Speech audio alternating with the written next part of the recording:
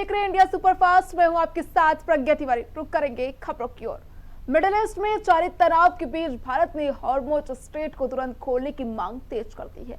ये अहम समुद्री मार्ग ईरान के नियंत्रण में है और युद्ध के बाद से यहाँ हालात बेहद संवेदनशील बने हुए हैं। भारत ने इस मुद्दे को अंतर्राष्ट्रीय मंच पर उठाते हुए साफ कहा कि ये जलमार्ग वैश्विक ऊर्जा और समुद्री सुरक्षा के लिए बेहद अहम है। दरअसल विदेश सचिव विक्रम मिस्री ने यूनाइटेड किंगडम में आयोजित बहुपक्षीय बैठक में भारत का प्रतिनिधित्व किया, जिसमें 60 से अधिक देशों ने हिस्सा लिया। इस दौरान उन्होंने कहा कि मौजूदा संकट का सबसे सुरक्षित समाधान कूटनीति और संवाद ही है। विदेश मंत्रालय के मुताबिक इस तनाव का सीधा असर भारत की ऊर्जा सुरक्षा पर पड़ा है। हॉर्मुज स्ट्रेट में हालात बिगड़ने से समुद्री आवाजाही प्रभावित हुई है। कई जहाज फंसे हुए हैं। अब तक 3 भारतीय नाविकों की मौत हो चुकी है, जबकि 1 घायल है। सरकारी आंकड़ों के मुताबिक खाड़ी देशों में करीब 1 करोड़ भारतीय नागरिक रहते हैं, जो फिलहाल सुरक्षित हैं। हालांकि इस संघर्ष में अब तक 8 भारतीयों की मौत और 1 के लापता होने की खबर सामने आई है। भारत सरकार लगातार अपने नागरिकों की सुरक्षा पर नजर बनाए हुए है। इसी बीच भारत ने अजरबैजान के जरिए ईरान से 204 भारतीयों को सुरक्षित बाहर निकाला है और आने वाले दिनों में और लोगों की निकासी की तैयारी जारी है।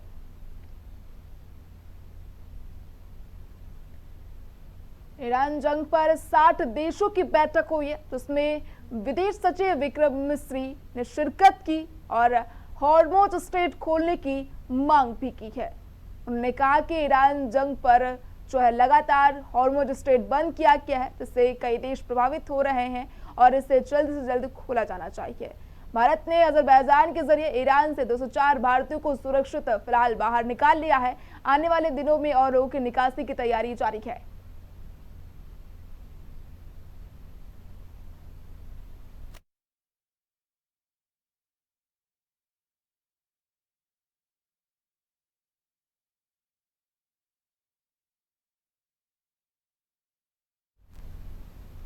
बात करेंगे पश्चिम बंगाल की। पश्चिम बंगाल सीआईडी ने कलियाचक मालदा मामले के मास्टरमाइंड वकील फोरकुरुल इस्लाम को गिरफ्तार कर लिया है। उसे बागडोगरा हवाई अड्डे पर से गिरफ्तार किया गया है, जब वे फरार होने की कोशिश कर रहा था। इस मामले पर जो है एडीजी उत्तरी बंगाल के जयरामन का बयान भी सामने आया। उन्होंने कहा कि हमने अब तक 35 लोगों को गिरफ्तार कर लिया है, 19 मामले दर्ज किए गए हैं। मुख्य भड़काने वाला आरोपी बागडोरा से हिरासत में लिया गया है।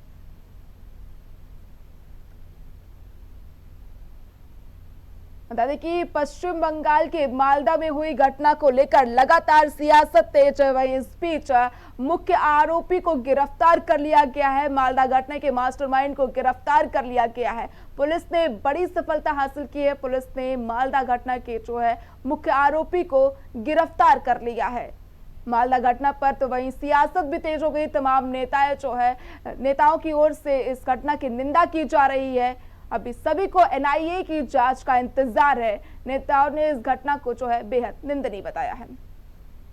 तो पश्चिम बंगाल की मालदा में हुई घटना पर सियासत तेज हो गई है। अलग अलग राजनीतिक दलों के नेताओं ने इस मामले पर अपनी अपनी प्रतिक्रिया व्यक्त की और मामले में कड़ी कार्रवाई की मांग भी उठाई गई है।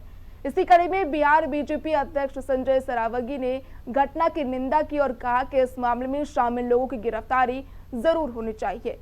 उन्होंने आरोप लगाया कि जिस तरह न्यायिक अधिकारियों पर हमला हुआ और उन्हें घेर कर रखा गया, वो बेहद गंभीर और अस्वीकार है।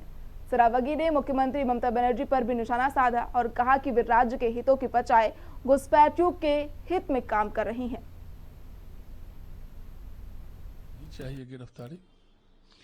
जिस तरह एसआईआर में 7 न्यायिक पदाधिकारी जो न्यायालय के देखरेख में एसआईआर का काम चल रहा है, उसमें जिस तरह हमला किया गया, रात में 11-12 बजे उनको निकाला गया किसी तरह, और माननीय मुख्यमंत्री ममता बनर्जी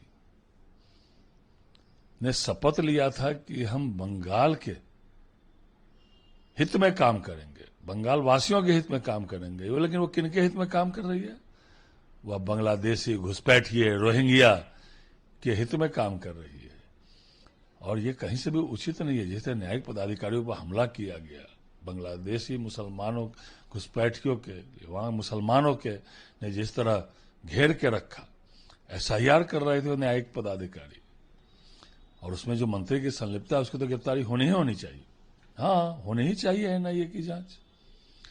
जिस तरह बंगाल की सरकार ने वहां बांग्लादेशियों को, घुसपैठियों को, रोहिंग्या को जिस तरह प्रश्रय दिया, न्यायिक दंडाधिकारी के देखरेख में एसआईआर का काम चल रहा था, और जिस तरह हमला किया गया, उनको घेरा गया, यह कहीं से भी उचित नहीं है। एनआईए एक संवैधानिक संस्था है, उसको जांच कर दिया गया, स्वागत योग्य कदम है। आगे दूध का दूध, पानी का पानी भी होगा कि किस तरह ममता बनर्जी ने बांग्लादेशियों को, घुसपैठियों को, रोहिंग्यों को वहां प्रश्रय दिया। मुख्यमंत्री की शपथ तो उन्होंने बंगाल के हित के लिए ली थी, बंगाल वासियों के हित के लिए ली थी, लेकिन वो कर क्या रही है? वो मदद कर रही है बांग्लादेशियों को, घुसपैठियों को, रोहिंग्यों को। इसके साथ ही उन्होंने चुनाव आयोग की ओर से मालदा जिले में हुई घटना की जांच एनआईए को सौंपे जाने के फैसले पर बयान दिया। उन्होंने उनके फैसले को स्वागत योग्य बताया। उन्होंने कहा कि एनआईए जांच से सच्चाई सामने आएगी और दोषियों पर कड़ी कार्रवाई की जाएगी। हाँ, होनी ही चाहिए एनआईए की जांच। जिस तरह बंगाल की सरकार ने वहां बांग्लादेशियों को, घुसपैठियों को, रोहिंग्या को जिस तरह प्रश्रय दिया, न्यायिक दंडाधिकारी के देखरेख में एसआईआर का काम चल रहा था, और जिस तरह हमला किया गया, उनको घेरा गया, यह कहीं से भी उचित नहीं है। एनआईए एक संवैधानिक संस्था है, उसको जांच कर दिया गया, स्वागत योग्य कदम है। आगे दूध का दूध, पानी का पानी भी होगा कि किस तरह ममता बनर्जी ने बांग्लादेशियों को, घुसपैठियों को, रोहिंग्यों को वहां प्रश्रय दिया। मुख्यमंत्री की शपथ तो उन्होंने बंगाल के हित के लिए ली थी, बंगाल वासियों के हित के लिए ली थी, लेकिन वो कर क्या रही है? वो मदद कर रही है बांग्लादेशियों को, घुसपैठियों को, रोहिंग्यों को।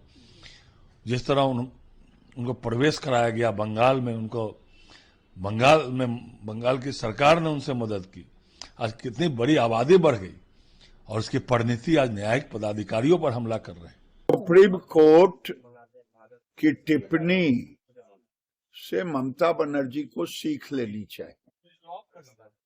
ममता बनर्जी 15 साल के अपने शासन काल में केवल ध्रुवीकरण की राजनीति की है, और जनता के सामने न गरीबी की बात करती, न बेरोजगारी की बात करती, न हिंसा की बात करती, न दुष्कर्म पर हुए सवाल पर बात करती, और तो और जो सबसे बड़ा कांड हुआ वहां शिक्षकों की बहाली पर नहीं बात करती। मैं बार बार कहता हूं, 7th पे कमीशन कर्मचारियों के लिए लागू नहीं किया। सुप्रीम कोर्ट ने जो टिप्पणी की है, मैं सुप्रीम कोर्ट से निवेदन करूंगा कि ममता बनर्जी के रहते वहां निष्पक्ष चुनाव नहीं हो सकता, और ममता बनर्जी पूरे सरकारी कर्मचारियों का राजनीतिकरण कर दी है, इसलिए लोगों का भरोसा उठ गया। देखिए, जो पश्चिम बंगाल में जो जघन्य आपराधिक अराजकता है वो जुडिशियल ऑफिसर्स के अपहरण तक पहुंच जाए, तो इसका मतलब आपको समझना होगा कि वहां पर लॉ एंड ऑर्डर की मशीनरी किस तरह से अराजक तत्वों के हाथों में, एंटी नेशनल फोर्सेस के हाथों में बंधक बनी हुई है। और ये जघन्य अराजकता जो है वो अगर जुडिशियल ऑफिसर्स के अपहरण का जो है वो किस्सा दिखाई पड़े, तो ये आपको समझ लेना चाहिए कि किस तरह से बेखौफ होकर के ये जो सरकार के संरक्षण में गुंडे, माफिया, अराजक तत्व, एंटी नेशनल फोर्सेस जो है वो पश्चिम बंगाल का कितना नुकसान किया है उन्होंने इस दौरान, आपको समझना होगा। इसीलिए पश्चिम बंगाल की जनता जो है इस जंगल राज से मुक्ति और मंगल राज की स्थापना के लिए काम कर रही है, और इस बात का एहसास पश्चिम बंगाल में जो लोग अभी सरकार में हैं, तृणमूल कांग्रेस और ममता दीदी, उनको भी इस बात का एहसास हो चुका है। पर सियासत तेज है। तो वहीं दूसरी ओर कांग्रेस सांसद प्रमोद तिवारी ने भी इस घटना की कड़ी निंदा की है, लेकिन साथ ही चुनाव आयोग की भूमिका पर भी सवाल उठा दिए। उन्होंने कहा कि लोकतंत्र में चुनाव निष्पक्ष और भयमुक्त होने चाहिए, लेकिन बंगाल में स्थिति चिंताजनक बनी हुई है। एक बात बहुत स्पष्ट करना चाहता हूं, लोकतंत्र में चुनाव निष्पक्ष, बिना किसी डर, किसी भय के, पक्षपात के होना चाहिए।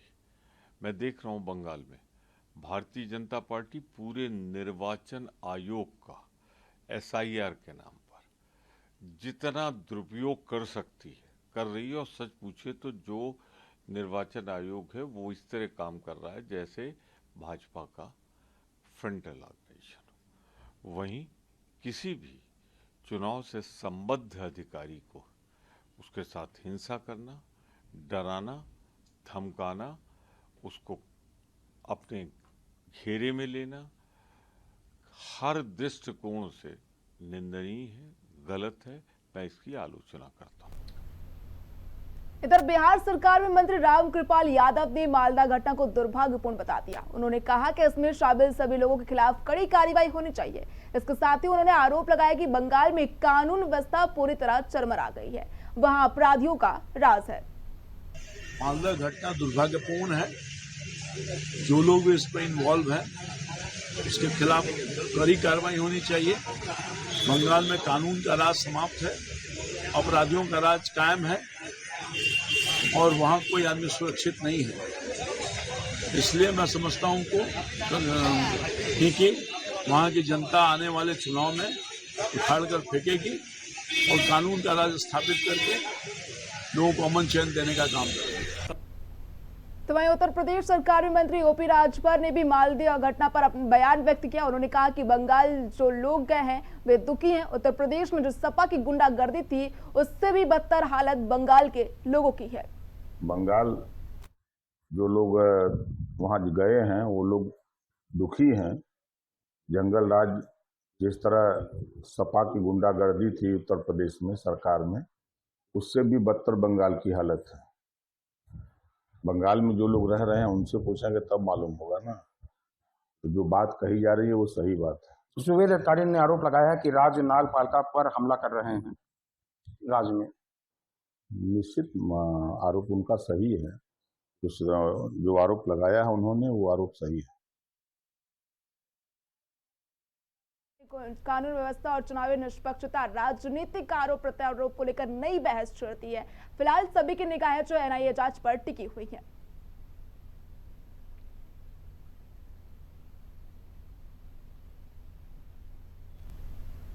संसद के बजट सत्र का दूसरा चरण 13 दिन के ब्रेक के बाद 16 अप्रैल से फिर शुरू होगा, ताकि लोकसभा सीटों की संख्या 8 से 16 करने से संबंधित विधेयकों को पारित किया जा सके। महिलाओं के आरक्षण कानून को जल्द से जल्द लागू किया जा सके। सरकार ने यह फैसला बीते दिन लिया। अब 16, 17 और 18 अप्रैल को सदन में महिला आरक्षण कानून में संशोधन से जुड़े अहम बिल पर चर्चा की जाएगी। वर्तमान में लोकसभा में 543 सीटें हैं। प्रस्तावित 50% की बढ़ोतरी के साथ सीटों की संख्या बढ़कर 8 से 16 हो जाएगी, जिसमें से 273 करीब 1/3 सीटें महिलाओं के लिए आरक्षित होंगी।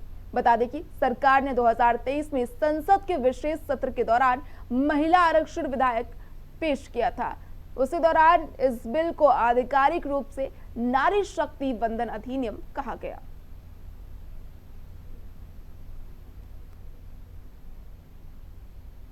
उत्तर प्रदेश में पेट्रोल, डीजल और LPG की कालाबाजारी के खिलाफ सख्त अभियान जारी है।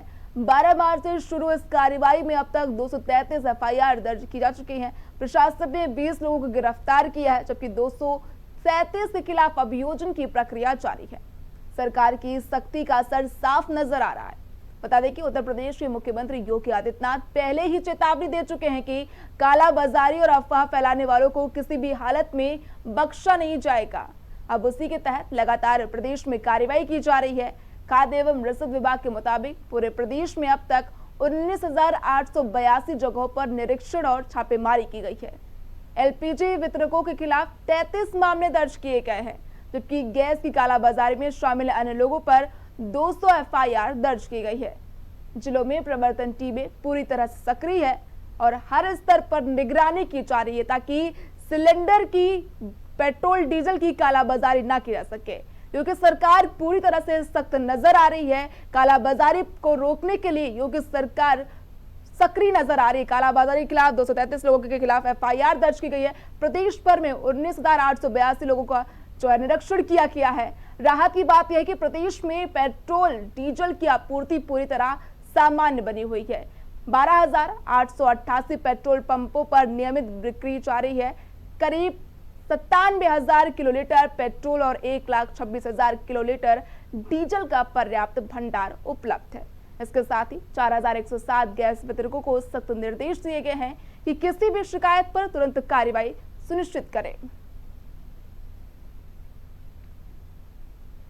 तो वहीं बीजेपी नेता CR केशवर ने कांग्रेस पर तीखा हमला बोला है। उन्होंने कहा कि कांग्रेस के वरिष्ठ नेताओं की ओर से प्रधानमंत्री नरेंद्र मोदी के नेतृत्व की सराहना करना पार्टी के भीतर विरोधाभास को उजागर करता है। केशवन के मुताबिक पश्चिमी एशिया संकट को भारत के हित में संभालने में मोदी सरकार सफल रही है। ऐसे में राहुल गांधी और प्रियंका गांधी की आलोचना बेबुनियाद साबित होती है।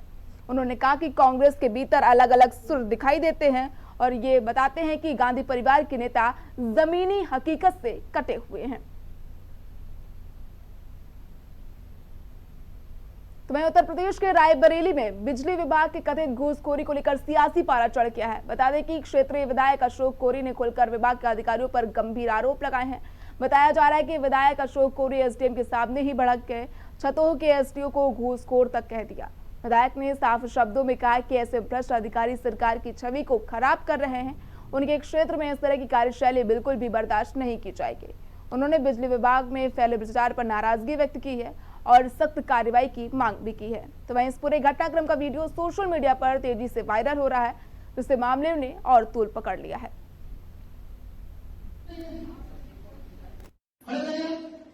इनकी इतनी शिकायत है, एक तो इनका बिहेवियर ठीक नहीं है, इनका बिहेवियर बिल्कुल ठीक नहीं, हटाइए हमारे यहाँ बातचीत कर रहे हैं। अरे ये तो विधायक को विधायक नहीं समझते हैं, विधायक को विधायक नहीं समझते हैं। जाकर सरकार की मंशा के लोग काम नहीं करना चाह रहे हैं, योगी जी की सरकार के भद्र पिटवा रहे हैं। ऐसे अधिकारी कर्मचारी हमको नहीं चाहिए हमारे क्षेत्र में। और इतनी घूसखोरी जिसकी हद नहीं, नरक मचा दिया इन्होंने।